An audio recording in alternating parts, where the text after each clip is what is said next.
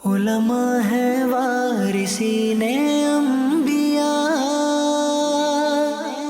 دامن ان کا سب تھام لیں، یہ بانٹتے ہیں علم کی میراث، جنت کے ان سے آؤ دام لیں۔ الحمدللہ رب العالمین والصلاة والسلام علی سید المرسلین، اما بعد فاعوذ باللہ من الشیطان الرجیم، بسم اللہ الرحمن الرحیم۔ الصلاة والسلام علیک یا رسول اللہ وعلی آلک واصحابک یا حبیب اللہ، الصلاة والسلام علیک یا نبی اللہ وعلی آلک واصحابک یا نور اللہ۔ مدنی چینل کے ناظرین، مدنی چینل کا پروگرام ہے وارثین انبیاء۔ اس پروگرام میں ہم علماء اسلام کی سیرت کے حوالے سے گفتگو کرنے کی سعادت پاتے ہیں اور ان کی سیرت سے اور ان کی دینی خدمات کے تذکرے سے بہت کچھ ہمیں سیکھنے اور سمجھنے کو ملتا ہے۔ امام اہل سنت اعلیٰ حضرت امام احمد رضا خان رحمۃ اللہ تعالی علیہ، جو برِ صغیر کی ایک عظیم علمی اور روحانی شخصیت ہیں، اور آپ کی دینی خدمات اور قلمی خدمات کا اگر جائزہ لیا جائے تو اعلیٰ حضرت امام اہل سنت کا شب و روز ہمیں گویا کہ زبان حال سے بتاتا ہے کہ اعلیٰ حضرت امام اہل سنت حقیقی معنوں میں وارثین انبیاء میں شمار کیے جاتے ہیں۔ نبی کریم رؤوف الرحیم صلی اللہ تعالی علیہ وآلہ وسلم کے علوم کا خصوصی فیضان اعلیٰ حضرت امام اہل سنت کو عطا ہوا، اور یہی وجہ ہے کہ دین اور شریعت کے جس موضوع پر اعلیٰ حضرت امام اہل سنت نے قلم اٹھایا تو آپ نے تحقیق کے دریا بہائے اور اتنے خوبصورت انداز میں دین کی تشریحات فرمائی ہیں کہ رہتی دنیا تک آپ کی ان قلمی خدمات کو یاد رکھا جائے گا، اور رہتی دنیا تک مسلمان اعلیٰ حضرت امام اہل سنت کے کلام سے فائدہ حاصل کرتے رہیں گے، اپنے عقائد کی درستگی کرتے رہیں گے، اور شرعی احکامات میں بھی اعلیٰ حضرت امام اہل سنت کی رہنمائی کے مطابق دین کے مسائل کو سمجھتے رہیں گے۔ اعلیٰ حضرت امام اہل سنت کی اگر دینی خدمات میں سے ان خدمات کا جائزہ لیا جائے کہ جن کا تعلق قرآن مجید فرقان حمید سے ہے، تو ان میں سر فہرست ہمیں اعلیٰ حضرت امام اہل سنت کا شہرۂ آفاق ترجمہ قرآن کنز الایمان نظر آتا ہے، جس کے مختلف زبانوں میں تراجم بھی ہو چکے ہیں، اور اس پر مختلف مفسرین نے، علماء نے حواشی بھی تحریر کیے ہیں۔ لیکن اگر کنز الایمان کے صرف ترجمے ہی کی بات کی جائے تو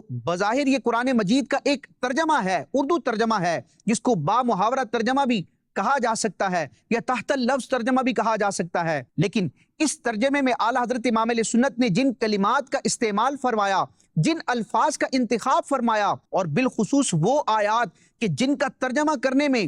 کئی افراد نے، ماضی کے کئی مترجمین نے ٹھوکریں کھائیں اور غلط تشریحات پیش کی، اور ایسے ترجمے کیے جو قرآن ہی کی دیگر آیات سے ٹکراتے ہیں اور دین اور اسلام کے اصول و قواعد اور عقائد اسلامیہ سے متصادم ہوتے ہیں، ان مقامات پر اعلیٰ حضرت امام اہل سنت نے ایسے خوبصورت اور محتاط کلمات ارشاد فرمائے ہیں کہ ان تراجم کے نتیجے میں کسی بھی دینی اور اسلامی عقیدے پر کوئی حرف نہیں آتا، قرآن مجید کی آیات کا آپس میں کوئی ٹکراؤ نہیں ہوتا، اور نبی کریم علیہ الصلوۃ والسلام کی ذات ہو یا دیگر انبیاء کے تذکرے ہوں، یا بالخصوص رب تبارک و تعالیٰ کی تقدیس الوہیت اور رب تبارک و تعالیٰ کی عظمت و شان کا معاملہ ہو، کہیں بھی ہمیں کجی نظر نہیں آتی۔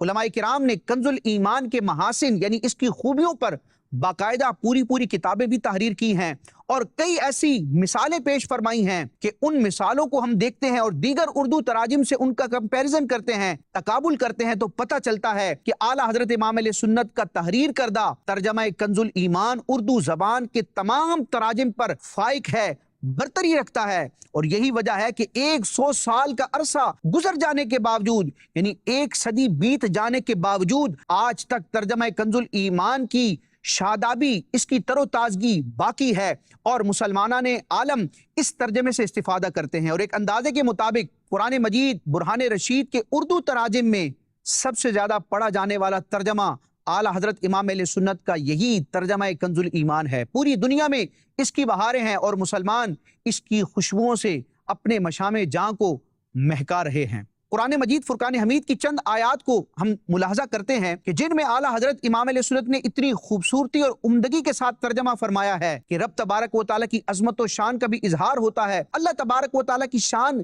میں کوئی تنقیص نہیں ہوتی، اور رب تبارک و تعالیٰ کی ذات و صفات کے جو عقائد و نظریات اور جو اصول کتابوں میں بیان کیے گئے ہیں، ان کے مطابق اعلیٰ حضرت امام علیہ سنت کا ترجمہ قرار پاتا ہے۔ مثال کے طور پر سورہ آل عمران کی آیت نمبر 54 میں رب تبارک و تعالیٰ ارشاد فرماتا ہے وَمَكَرُوا وَمَكَرَ اللَّهُ وَاللَّهُ خَيْرُ الْمَاكِرِينَ۔ اس آیت مبارکہ میں لفظ مکر کا استعمال ہوا ہے۔ یہ عربی زبان کا کلمہ ہے اور عربی زبان میں مکر کا معنی ہوتا ہے ستر یعنی پوشیدگی، اور خفیہ تدبیر کو بھی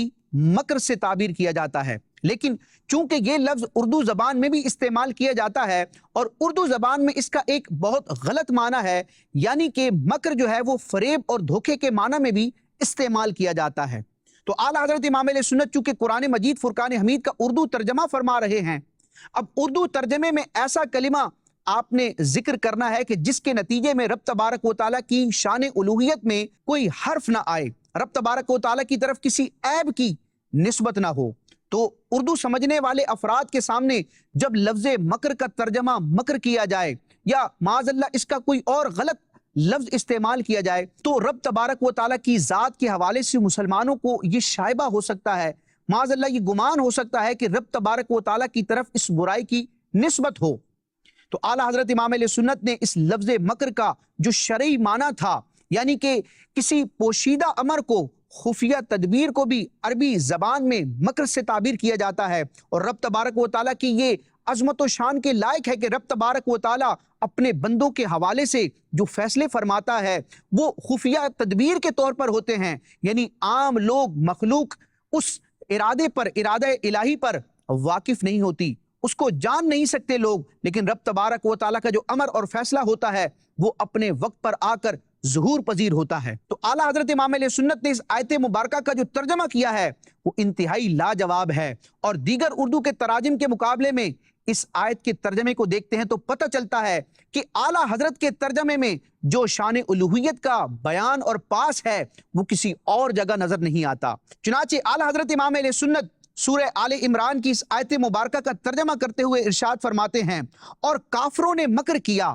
یعنی جو غیر مسلم ہیں ان کی طرف تو یہ نسبت کی جائے گی کہ انہوں نے معاذ اللہ کے رسول کو، مسلمانوں کو دھوکہ دینے کی کوشش کی، لیکن رب تبارک و تعالیٰ کے لیے اس کلمے کا، اس لفظ کا یہ ترجمہ نہیں کیا جائے گا۔ امام علیہ سنت تحریر کرتے ہیں ترجمہ کنز الایمان میں، اور کافروں نے مکر کیا اور اللہ نے ان کے ہلاک کی خفیہ تدبیر فرمائی، اور اللہ سب سے بہتر چھپی تدبیر والا ہے۔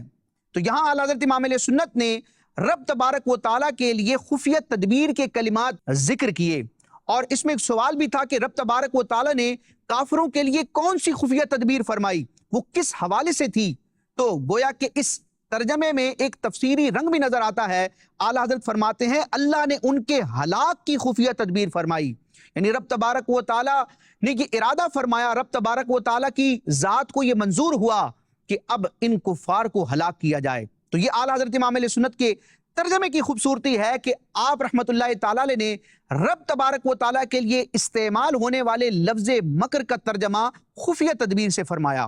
اس کی ایک اور مثال ہمیں سورہ انفال میں نظر آتی ہے۔ چنانچہ رب تبارک و تعالیٰ سورہ انفال کی آیت نمبر 30 میں اختتام پر ارشاد فرماتا ہے واللہ خیر الماکرین۔ اب یہاں بھی لفظ ماکرین آیا جو مکر سے بنا ہے۔ امام علیہ سنت کنز الایمان میں اس کا ترجمہ فرماتے ہیں اور اللہ کی خفیہ تدبیر سب سے بہتر۔ سبحان اللہ۔ اسی طرح ایک اور مثال اسی کلمے کی سورہ رعد میں اللہ تبارک و تعالیٰ کا یہ ارشاد ہے، آیت مبارکہ کا جز ہے فَلِلَّهِ الْمَكْرُ جَمِيعًا۔ یہاں بھی رب تبارک و تعالیٰ کی ذات کے لیے مکر کا کلمہ ارشاد فرمایا گیا۔ امام علیہ سنت نے اس مقام پر بھی رب تبارک و تعالیٰ کی تقدیس الوہیت کو پیش نظر رکھتے ہوئے ترجمہ فرمایا ہے فَلِلَّهِ الْمَكْرُ جَمِيعًا، تو ساری خفیہ تدبیر کا مالک تو اللہ ہی ہے۔ مدنی چینل کے ناظرین، قرآن مجید برہان رشید کی کچھ آیات ایسی ہیں جن کو آیات متشابہات کہا جاتا ہے۔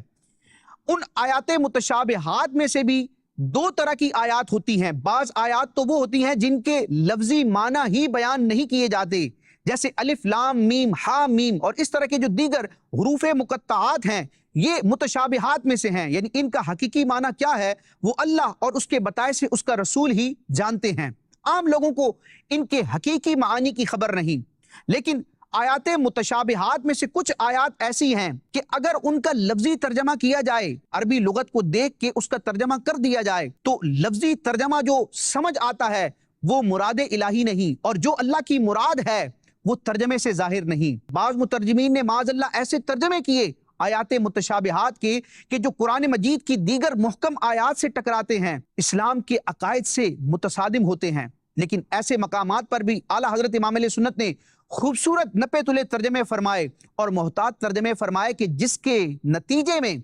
کوئی بھی آیت متشابہ کسی بھی محکم آیت کے متصادم نہیں ہوتی۔ مدنی چینل کے ناظرین، اللہ رب العزت کی ذات اقدس کے حوالے سے یہ ایک اسلامی عقیدہ اور نظریہ ہے کہ اللہ تعالیٰ جسم سے اور مکان سے پاک ہے، جہت سے پاک ہے، اور جسم کے لیے جو عوارضات ہوتے ہیں، یعنی جسم کی جو حرکات ہوتی ہیں، رب تبارک و تعالیٰ ان سے بھی پاک ہے۔ جب رب تبارک و تعالیٰ کا جسم نہیں تو جسم والے افعال سے بھی رب تبارک و تعالیٰ پاک ہے، یعنی کہ اٹھنا، بیٹھنا، چلنا، آنا جانا، یہ وہ امور ہیں، وہ افعال ہیں کہ جو جسم سے صادر ہوتے ہیں۔ لیکن رب تبارک و تعالیٰ کی ذات جسم سے پاک ہے، جسمانیت سے پاک ہے، جسم کے تقاضوں سے پاک ہے۔ لہٰذا قرآن مجید برہان رشید کی کئی آیات متشابہات ایسی ہیں کہ اگر صرف عربی لغت اور ڈکشنری کو دیکھ کر ان کا ترجمہ کیا جائے تو معاذ اللہ ان آیات کے لفظی ترجمے سے بعضوں کو یہ دھوکہ لگ سکتا ہے کہ رب تبارک و تعالیٰ کا معاذ اللہ جسم ہے یا ان جسم کے اعضاء ہیں، حالانکہ رب تبارک و تعالیٰ کے ان کلمات میں جو مراد الہی ہے وہ لفظی ترجمے سے ظاہر نہیں ہوتی۔ تو ان آیات کا ایسا ترجمہ کرنا ہے جس سے رب تبارک و تعالیٰ کی شان میں کوئی حرف نہ آئے اور کہیں سے بھی پڑھنے والے کو یہ گمان نہ ہو کہ معاذ اللہ رب تبارک و تعالیٰ کا جسم ہے یا وہ جسم کے تقاضوں کے مطابق افعال فرماتا ہے۔ چنانچہ رب تبارک و تعالیٰ کے لیے قرآن مجید میں متعدد مقامات پر اس بات کا بیان ہے کہ رب تبارک و تعالیٰ نے عرش پر استوا فرمایا۔ اب استوا کے اگر لغوی معنی دیکھے جائیں تو وہ ایسے معنی ہے، یعنی عربی ڈکشنری میں جو اس کا معنی ہے اگر وہ ظاہری ترجمہ کر دیا جائے تو وہ اللہ تبارک و تعالیٰ کی ذات کے شایان شان نہیں، رب تبارک و تعالیٰ کسی جگہ ہونے سے پاک ہے۔ تو اعلیٰ حضرت امام علیہ سنت کیسا ترجمہ فرماتے ہیں؟ چنانچہ اس کی ایک مثال ہم ترجمہ کنز الایمان سے سنتے ہیں۔ سورہ رعد کی آیت نمبر 2 کا جز ہے۔ رب تبارک و تعالیٰ اپنی ذات مقدسہ کے حوالے سے ارشاد فرماتا ہے ثم استوى علی العرش۔ امام علیہ سنت اس کا ترجمہ کنز الایمان میں یوں فرماتے ہیں، پھر عرش پر استوا فرمایا جیسا اس کی شان کے لائق ہے۔ یعنی استوا کا جو لفظی معنی عربی ڈکشنری میں موجود ہے وہ تو رب کے شایان شان نہیں، وہ ترجمہ کرنے سے رب تبارک و تعالیٰ کے لیے معاذ اللہ جسم اور جسم کے تقاضے ثابت ہوتے ہیں، اور اللہ تبارک و تعالیٰ ان عیوب سے پاک ہے۔ لہٰذا رب تبارک و تعالیٰ نے جو استوا کا بیان فرمایا اس کا تو ہم ذکر کریں گے، بیان کریں گے، لیکن اس کی کیفیت کیا ہے، اس کا حقیقی معنی کیا ہے، وہ رب تبارک و تعالیٰ جانے یا اس کے بتائے سے اس کے محبوب جانے۔ تو عوام کو محتاط رکھنے کے لیے اور ان کے عقیدے کو سیکیور کرنے کے لیے اعلیٰ حضرت نے کتنا محتاط ترجمہ فرمایا، پھر عرش پر استوا فرمایا جیسا اس کی شان کے لائق ہے،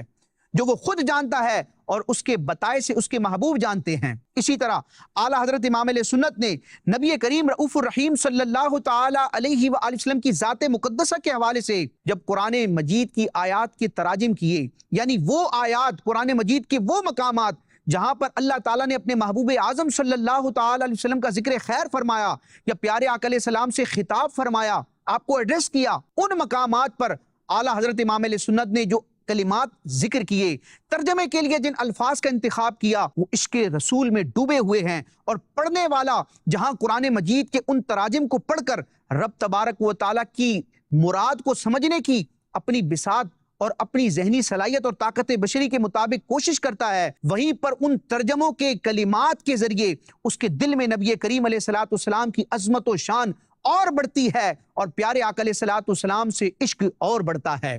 چنانچہ سورہ نساء کی ایک آیت مبارکہ ہے، آیت نمبر 102 کی ابتدا میں رب تبارک و تعالیٰ نے اپنے محبوب علیہ الصلوۃ والسلام سے خطاب فرمایا، اور آیت مبارکہ کے ابتدائی کلمات یہ ہیں وَإِذَا كُنْتَ فِيهِمْ۔ اب آگے پوری آیت مبارکہ ہے۔ اب اس مقام پر رب تبارک و تعالیٰ اپنے محبوب مختار صلی اللہ تعالی علیہ وسلم سے خطاب فرما رہا ہے۔ کنتا کا ترجمہ ہوتا ہے تم، یو۔ اب رب تبارک و تعالیٰ اپنے محبوب سے خطاب فرما رہا ہے، لیکن رب تبارک و تعالیٰ نے اپنے محبوب علیہ الصلوۃ والسلام کی عظمت و شان اسی قرآن میں بیان فرمائی، ان کی بارگاہ کے آداب رب تبارک و تعالیٰ نے خود بیان فرمائے۔ لہٰذا نبی کریم علیہ السلام کی ذات مقدسہ کے حوالے سے کیسے الفاظ ہونے چاہیے، کیسی تعبیرات ہونی چاہیے، کیسے محاورے استعمال ہونے چاہیے، سبحان اللہ۔ اس کی ایک خوبصورت مثال ہمیں ترجمہ کنزُل ایمان میں اس مقام پر ملتی ہے۔ چنانچہ رب تبارک و تعالیٰ نے فرمایا وَإِذَا كُنْتَ فِيهِمْ، اعلیٰ حضرت امام علیہ سنت ترجمہ فرماتے ہیں اور اے محبوب جب تم ان میں تشریف فرما ہو، یعنی اس کا لفظی ترجمہ تو یہ بنتا ہے وَإِذَا كُنْتَ فِيهِمْ، جب آپ ان میں موجود ہو۔ اب یہاں کنتا سے مراد کون ہے، یعنی مخاطب کون ہے، سیکنڈ پرسن کون ہے جس سے گفتگو کی جا رہی ہے، جس سے کلام کیا جا رہا ہے؟ تو اعلیٰ حضرت امام علیہ سنت نے گویا کہ ترجمے میں اے محبوب کا لفظ ذکر کر کے گویا کہ اس کی تشریح فرما دی، اس کی مراد واضح کر دی کہ اس مقام پر کہ یہاں کنتا کے ذریعے خطاب رب تبارک و تعالیٰ اپنے محبوب سے فرما رہا ہے۔ اعلیٰ حضرت امام علیہ سنت کے ترجمہ کنز الایمان کے حوالے سے علماء کرام نے اس بات کو بھی پروف کے ساتھ بیان کیا ہے، حوالوں کے ساتھ، دلائل کے ساتھ بیان کیا ہے کہ اعلیٰ حضرت امام علیہ سنت کا ترجمہ کنز الایمان لفظی اور با محاورہ ترجمہ ہونے کے ساتھ ساتھ قرآن مجید کا مختصر تفسیری ترجمہ بھی ہے، اور قرآن مجید کی آیات کے وہ مضامین، وہ مفاہیم، وہ میننگز جو ہمیں تفسیر کی کتابوں میں ملتے ہیں، اعلیٰ حضرت امام علیہ سنت کئی مقامات پر کنز الایمان میں ان کو ترجمے کا حصہ بناتے ہیں کہ سبحان اللہ، دل جھوم اٹھتا ہے۔ اس کی ایک مثال ہم ملاحظہ کرتے ہیں، چنانچہ سورہ رحمان کی ابتدائی آیات میں رب تبارک و تعالیٰ اپنے محبوب علیہ السلام کا ذکر کرتا ہے، اگرچہ بظاہر پیارے آقا علیہ السلام کا نام نامی نہیں ہے، لیکن وہ جو تفسیر کی جاتی ہے، ان آیات کا جو مفہوم بیان کیا جاتا ہے، اس سے یہ مدعا واضح ہو جاتا ہے۔ چنانچہ رب تبارک و تعالیٰ ارشاد فرماتا ہے الرحمن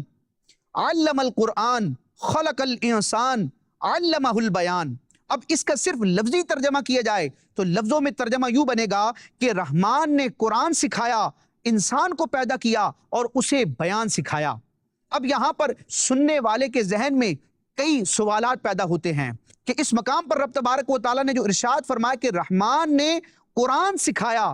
تو قرآن کس کو سکھایا؟ وہ ذات کون ہے جسے سکھایا گیا؟ خلق الانسان، انسان کو اللہ نے پیدا کیا، رحمان نے پیدا کیا، تمام انسانوں کا پیدا کرنے والا رب ہی ہے، لیکن کیا اس مقام پر انسان سے مراد کوئی خاص ذات ہے؟ یہ ایک سوال قائم ہوتا ہے۔ پھر علمہ البیان، کہ انسان کو بیان سکھایا، یہاں بھی ایک سوال قائم ہوتا ہے کہ اس بیان سے مراد کیا ہے؟ چنانچہ امت کے مفسرین نے ان آیات کے تحت ان تمام سوالات کے جوابات تفسیر کی کتابوں میں ذکر کیے ہیں کہ اس مقام پر قرآن سکھایا گیا، کس کو سکھایا گیا، وہ ذات کون ہے، اس کو بھی بیان کیا گیا، انسان سے مراد کون ہے، اس کو بھی متعین کیا گیا، اور انسان کو جو بیان سکھایا گیا اس بیان سے مراد کیا ہے، اس کو بھی تفسیر کی کتابوں میں بیان کیا گیا۔ لیکن اعلیٰ حضرت امام علیہ سنت نے